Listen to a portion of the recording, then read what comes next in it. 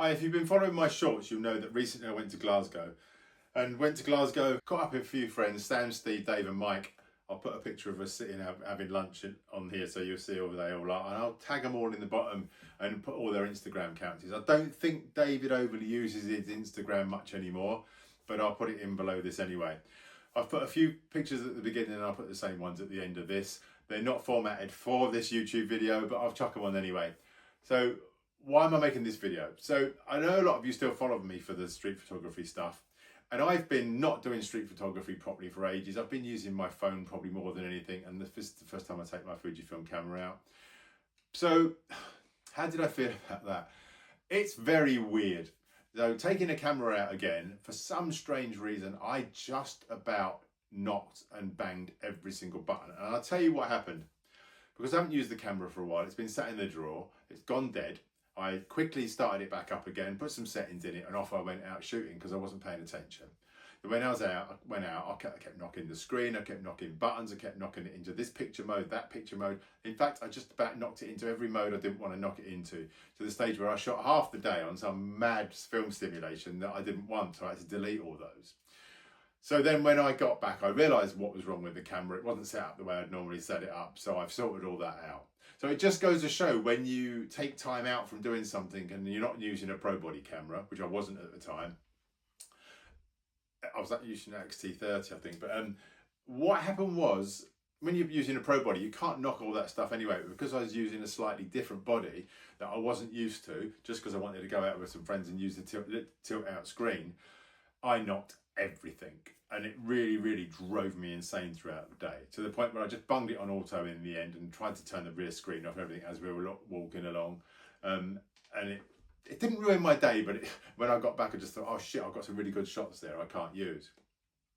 So it doesn't matter who you are and what you are. I'm going from back before my brain damage, when I'd go out and I'd be able to go click, get to where I wanted to be, get the photographs I wanted. I've had to change everything, and because I've stopped doing street photography, basically because I haven't felt the urge to go out, then it's got even harder. It's got harder to use a camera, and I'm just out of practice. When you do it every day of the week and you do it for a living in professional mode, like, you're just out there doing it all the time, living it, doing it, just on it all the time. And the more you do something, the better you get. I've always said to people, the more time you spend with a camera in your hand, the better you'll get. And it's just true, because I haven't been spending time with a camera in my hand, so I'm getting shit. And that's as simple as that. The photographs I've put on here to show you and on my Instagram account aren't brilliant, but I enjoyed the day. I enjoyed taking the photographs, and sometimes just getting out there, creating images and enjoying it with friends is what it's all about. I think there's a great thing about being out with people.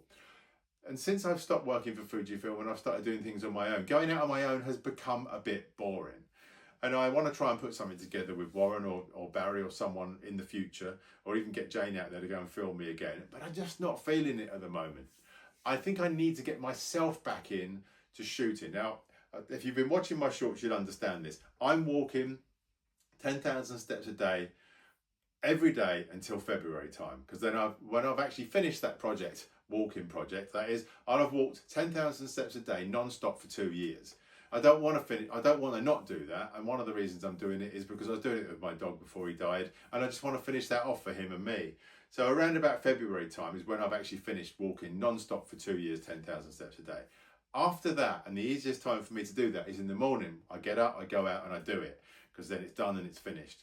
Once that's finished next year, I will then probably not go out first thing in the morning and do 10,000 steps. I'll probably go out for a bike ride later on in the day, or I'll go for a walk later on in the day and take photographs, and I won't be committed to doing that then.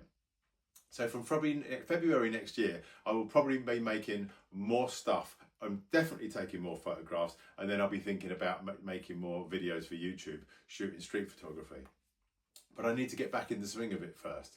So that's why they haven't been being made, because I'm busy doing another project, which is walking.